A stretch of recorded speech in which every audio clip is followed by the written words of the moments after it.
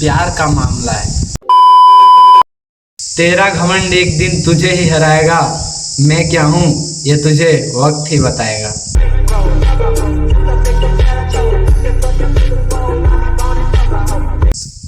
हाँ, पवन सिंह एक इंस्टाग्राम में पोस्ट किए अपने फोटो के साथ, नीचे शायरी भी लिखा हुआ है।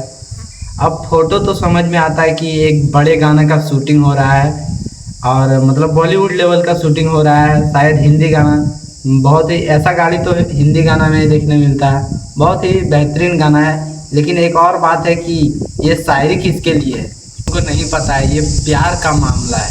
पवन सिंह प्यार में पागल हो चुके थे, इसीलिए शायरी लिख दिए हैं। देख सकते थे कि पहले आप रिजेक्ट थोड़ा सा कर दिए थे, मतलब मोनिका मिश्रा जो थी थोड़ा सा भाव नहीं दे रहे थे, उसी पर शायरी लिखा गया होगा। ये प्यार का मामला है, दिल का मामला है, समझे।